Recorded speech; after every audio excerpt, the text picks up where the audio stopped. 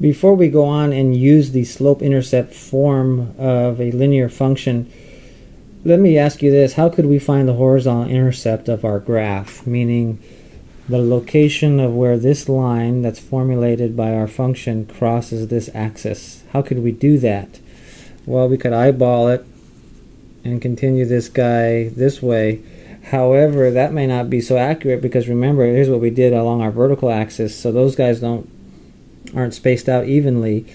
But numerically we could do it, and hopefully, like we did in a previous activity, is use this point along with our slope here of, where are you, slope, this guy, a decrease in the output every time you increase the input by 1. So in other words, if we use that last point of our data set, we use this slope here,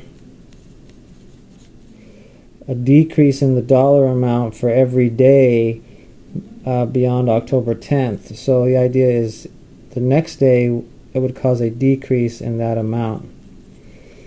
And that could give me another point, meaning 13 comma whatever that difference is. So 3.005 subtract 0.012.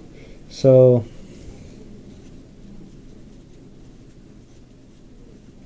I mean, certainly that's going down here, that's going down, and so the idea is you keep using this idea to get this guy down to 0.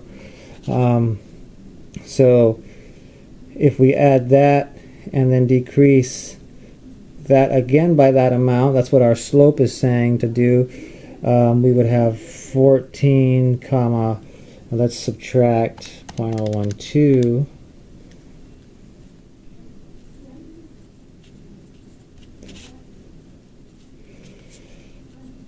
And it looks like there's no feasible end in sight. I mean, you can continue this idea, but it's going to take you a long time. But you would continue this idea until you have that day resulting in a $0 amount, and then that would be your horizontal intercept here, which is going to take you a long time. So there's got to be a better way, and there is. I'm going to show you that in the next 2 sections after your, well, in the next 2 sections of this chapter. And but in one of your activities, it'll work out nicely and it won't take as long as it would for this guy. So that's how we would find the horizontal intercept.